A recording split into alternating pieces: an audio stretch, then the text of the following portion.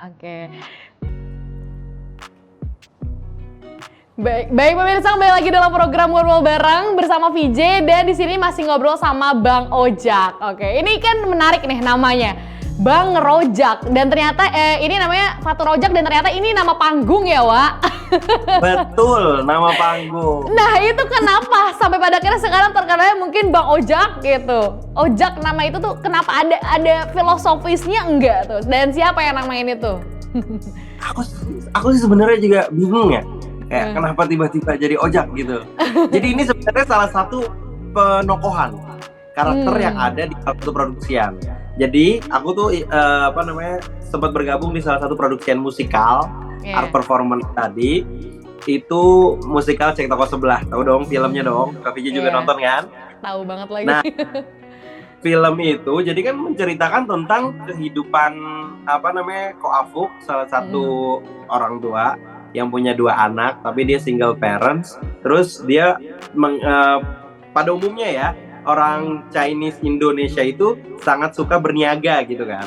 Nah, salah satu kehidupannya juga, keberlangsungan hidupnya juga lewat berniaga. Akhirnya dia membuka salah satu tokonya itu toko kelontong. Nah, dia memperkerjakan orang-orang kampung. Salah satunya ada pemerannya namanya Ojak. Nah, dari situ akhirnya aku waktu audisi kayak mau karakter jadi anaknya Ko Afuk nggak bisa. Kita kurang good looking ya. Terus kayaknya yang good buat aku nih apa nih? Entah good morning, good night gitu, good evening. Ternyata Ojak gitu. Akhirnya jadi Ojak. Dan sebenarnya ini juga terjadinya menurutku ini aja natural aja. Jadi istilahnya waktu kita pertama kali ketemu sama semua pemain, jadi itu pemainnya versi film sama versi musikal beda kan? Versi film sama versi musikal tuh kayak musikalnya yang jadi Dion Wiyoko di filmnya itu Morgan X Smash. Kenal kan? Morgan. Nah, terus yang jadi Ernest di filmnya ini Christo Immanuel. Nah, kita kumpul bareng di sana, jadi ada beberapa artis ternama yang memerankan tokoh utamanya berkumpul sama kita di satu ruang. Untuk pressure sih ada ya, kayak yang biasa kita lihat di medsos, di layar TV, di layar lebar, tiba-tiba di depan kita. Untuk starstruck sih gede banget sih. Terus akhirnya kita ngomong, disuruh perkenalan satu-satu, terus ku bilang, aduh apa yang mau dikenalin sama diriku nih, gak ada yang menarik sama sekali. Karena kalau ngomong apapun tidak ada yang percaya dengan muka seperti ini. Akhirnya sekenalan, nah kan sama Fatur Rizky gitu. Terus FYI, jadi pas audisi kita itu dites kan, dites nyanyi, dites nari, dites acting. Nah, ini challenge-nya masing-masing. Tes dance, di sana ada koreografernya. Kita dikasih satu lagu, potongan lagu kurang lebih semenit lah. Dikasih gerakan 6/8 hitungannya, kita ngikutin dance yang mereka kasih, tak gitu. Ntar 2x8-nya freestyle. Nah, pas aku ngikutin, waduh kurang lagi freestyle-nya. Akhirnya aku dangdut gitu. Bang Jali. Bener, ngebang Jali. Itu di koreo. Dari Korea aku udah mulai kayak gimana ya citra gua nih gitu.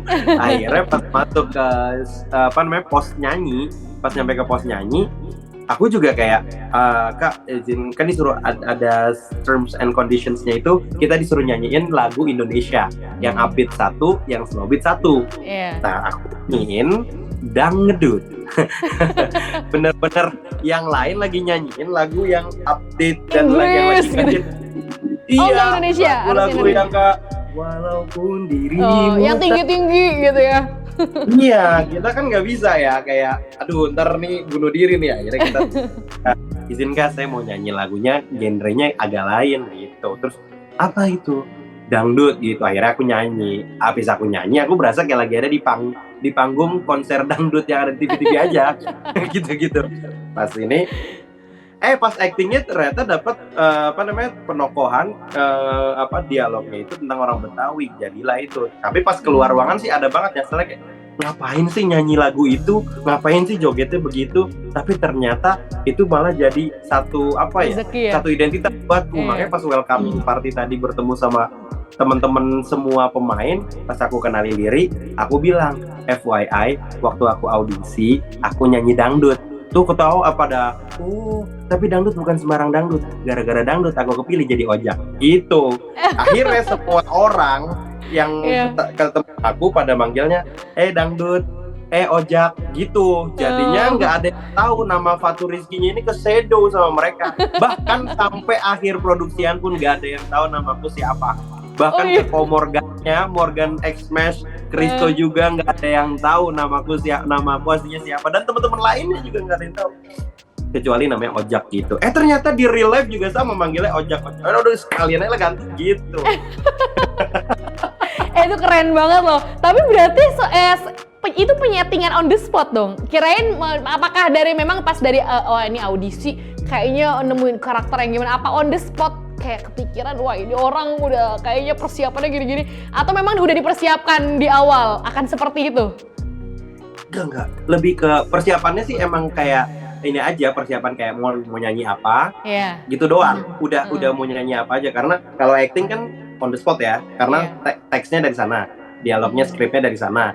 Nari pun juga ya udahlah kaku-kaku begini kan ebo kering dilemesin aja kan, udah kayak laptop dapur diinin aja gitu. Jadinya ya terjadinya ini aja, organik aja gitu, nggak yang dibuat-buat. Aku pun juga heran. Akhirnya orang kenalnya jadi Ojak gitu, Faturnya jadi ke Shadow, Fatur Rizky jadi ke Shadow. Tapi salah satu hal yang bikin aku grateful sih buat kayak akhirnya orang-orang juga nyadarin katanya lebih cocok kan jadi Ojak dibandingin jadi Fatur gitu. Akhirnya kalau aku bilang Fatur kalau lagi versi serius, Ojak kalau versi nyablak. Gitu. Tapi emang lebih cocok ya Bang Ojak gitu, kayak lebih chill banget gitu kan. Lebih asik katanya. Lebih asik banget gitu. Oke, baik. Tapi ini kan dari SD gitu ya, ikut lenong segala macam, sempat ke vakum gitu ya kan, sampai pada akhirnya sekarang menemukan lagi talent yang dulu pernah juga merasa bahwa itu talentnya di sana. Nah, berarti itu posisinya sudah lulus kuliah atau memang lagi jalan kuliah? Mau lulus kuliah. Udah berapa tahun berarti ngejalanin profesi si art performer ini? Art performer aku bingung ya. Setelah ya. Aku kalau dihitung dari SD ya berarti udah kurang lebih mau belasan kali. Aktif sekarang-sekarangnya udah dari tahun berapa tuh? Aktif sekarang sih kurang lebih dari gini. Aku tuh sebenarnya pengalamannya itu awalnya bukan di art performing, justru jadi pernah ikut kayak ajang tapi di atas panggung gitu. Nah dari situ aku kayak bertahun-tahun ngerasain tapi kok aku nggak ada feel-nya gitu, ikutan tapi nggak ada feel-nya. Tapi kayaknya setelah ngelaluin batu titian lah aku anggap itu ya, jadi stepstone-nya aku, terus baru ke art performing. Ternyata stepstone yang tadi di ajang-ajang yang aku tampil di atas panggung itu bikin aku kembali kayaknya harus nemuin jati diri yang benar-benar lepas dan lu banget gitu. Akhirnya masuk ke art performer gitu. Nah, di art performing ini aku dari 2021-2020 gitu, after pandemi gitu. Jadinya benar-benar nemuin percaya dirinya itu di boost up-nya lagi cukup lama juga, after hiatus 10 tahun, digembos 4 tahun baru ketemu lagi gitu. Tapi emang tadi kan berarti kan dari ajang pageant berarti ya, sampai akhirnya sekarang ke art performer gitu ya. Nah itu memang sudah dialokasikan ke situ gitu, apa nggak nyangka ternyata memang sekarang profesi atau karirnya ke ranah sini nih concernnya gitu. Dan manjang gitu. Bener-bener nggak sengaja, karena waktu itu ikutin ajang ya bisa dibilang pageant itu karena mungkin waktu itu kejebak juga sih. Aku mau ikutin organisasi. Jujur, jadi tuh kampus aku baru banget, aku angkatan pertama, nggak ada organisasi. Nah aku kayak males buat jadi tim perintis lah, pengennya tim yang ngikut aja gitu loh, yang sistemnya udah jalan. Nah akhirnya aku mau ikut di luar kampus. Nah ketemulah pageant ini. Awalnya nggak expect kalau ini pageant, tapi pas disuruh datang, ada seleksinya ya gitu. Aku udah nganggapnya ini paskibra. Pas yang datang, wah spek pramugara, saya bilang ini saya udah kayak mau ngelamar kerja, terus ngebayanginnya kayak Dul gitu loh. Film Dul kan kemana-mana pakai baju rapi, terus bawa-bawa map gitu kan, seleksinya begitu. Terus aku bilang ini kok orang cantik-cantik ganteng-ganteng banget gitu, terus aku nggak ada siapa apa-apa. Nah dari situ, tapi aku ngerasa kayaknya pageant ini panggung aku belajar buat ngebalikin lagi ini Kak, ngebalikin lagi kepercayaan diri di atas panggung gitu.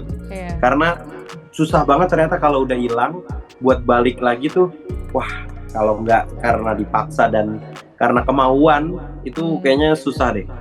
Jadi mau nggak mau harus diselarasin dua hal itu. Iya lagi, apalagi kalau ngomongin soal meniti karir tuh kita harus beneran tahu kita gimana Bener. gitu ya. Setuju, Sampai pada akhirnya setuju. bisa selong lasting itu gitu. Kalau agak dipaksain tuh agak lumayan jalaninnya kerasanya berat.